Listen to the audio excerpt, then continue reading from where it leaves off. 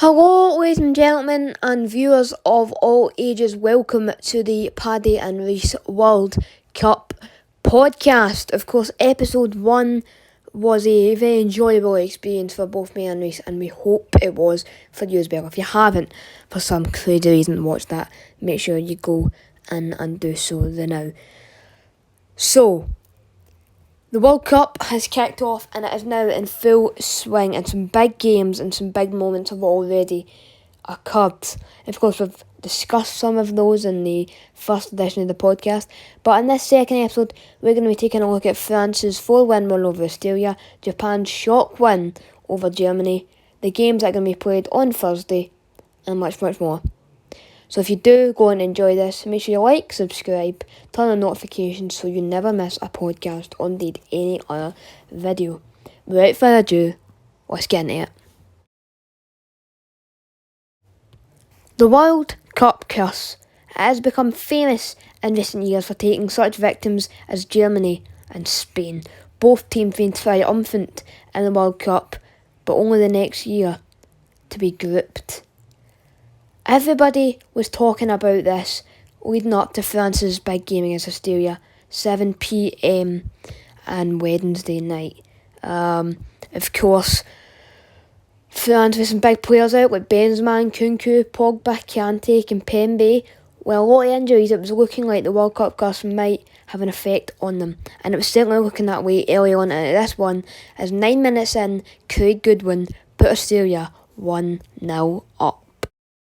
But France fought back and ended up winning 4-1. They equalised in the 27th minute to Rabiot and Giroud in the 32nd minute, and Mbappe in the 68th, and Giroud doubling his goal tally to make it 71. In the 71st minute to make it 4-1.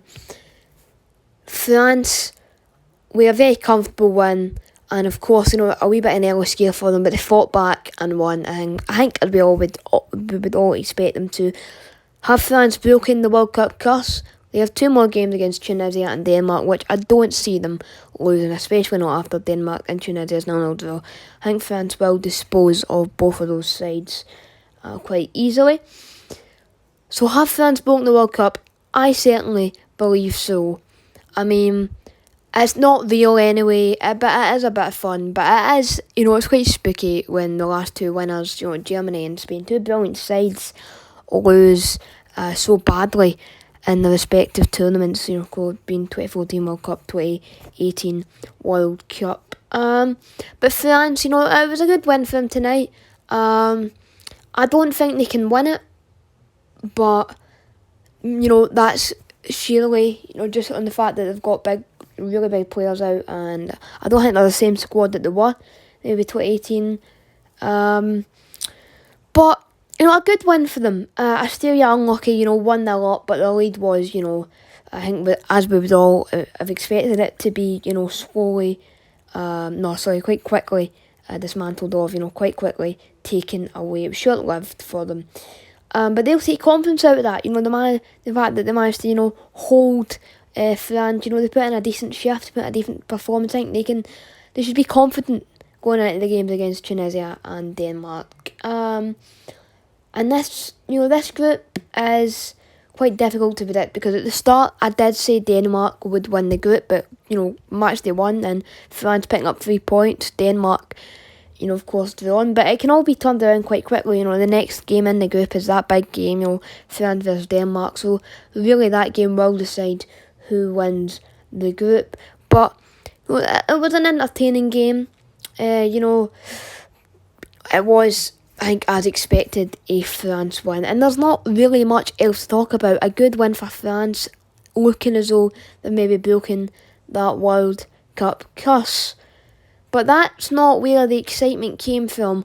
Oh no, probably about the biggest result was Japan 2, Germany 1. And let's get into that.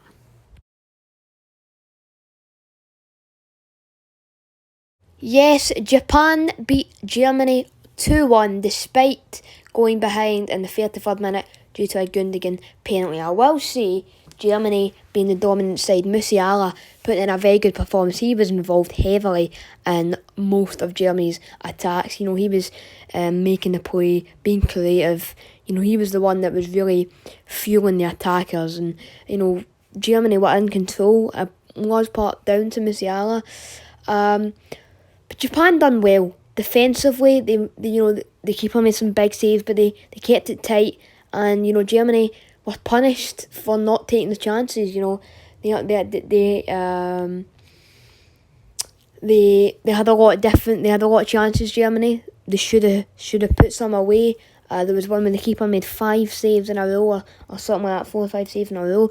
So Germany left to rue those chances they missed. But fair play to Japan. Two really good finishes. They never gave up. They kept fighting. They kept going for it. And fair play to them. It's a big win for them in this group, because Germany, I predicted, at least a lot of people predicted them to quite heavily beat Japan and quite heavily beat all the teams in their group and quite easily top it and win every game. But Japan, making a real case for themselves to get into the round of 16. And Japan are a very good side. I've never denied it from the start. Good players. Maeda, obviously, for Celtic. They've got Tomiyasu, players like that.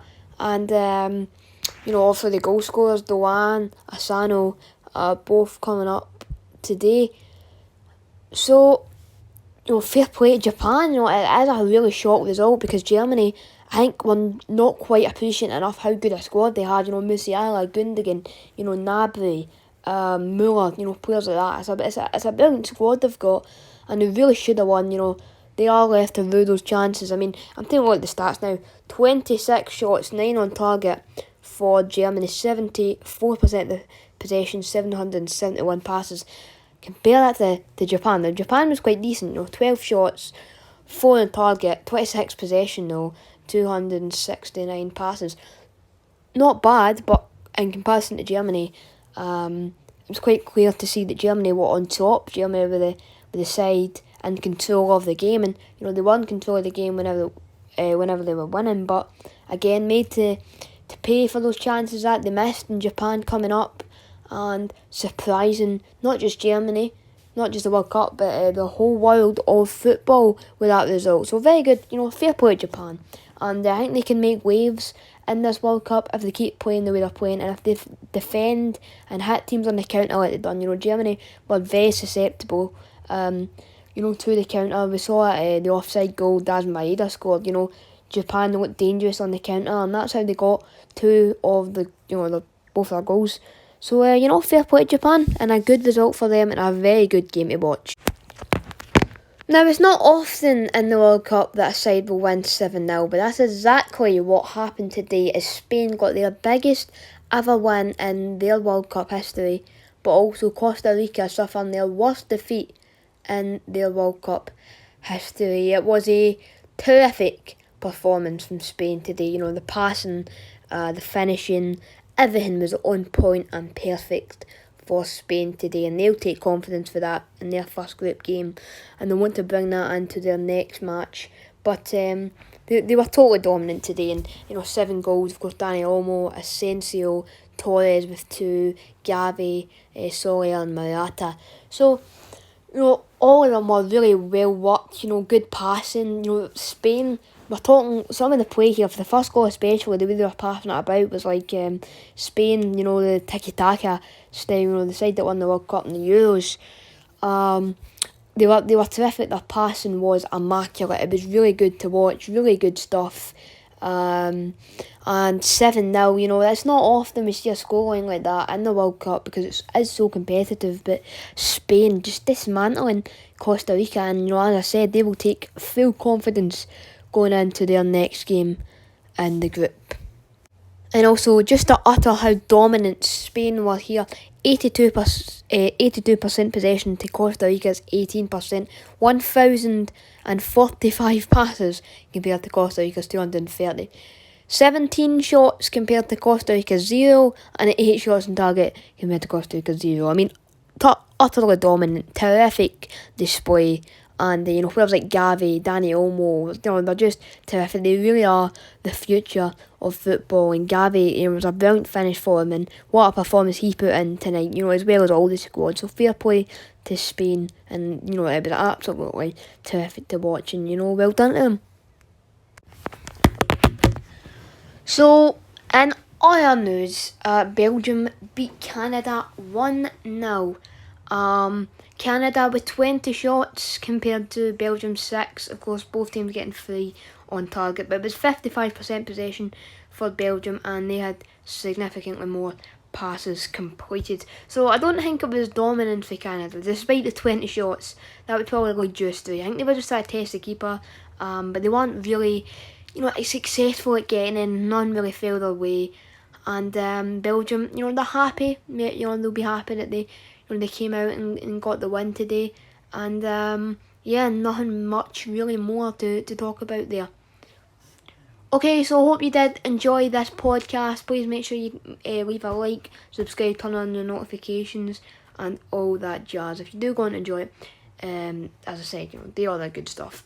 And I'll see you in the next episode of Paddy and Reece's podcast. Bye.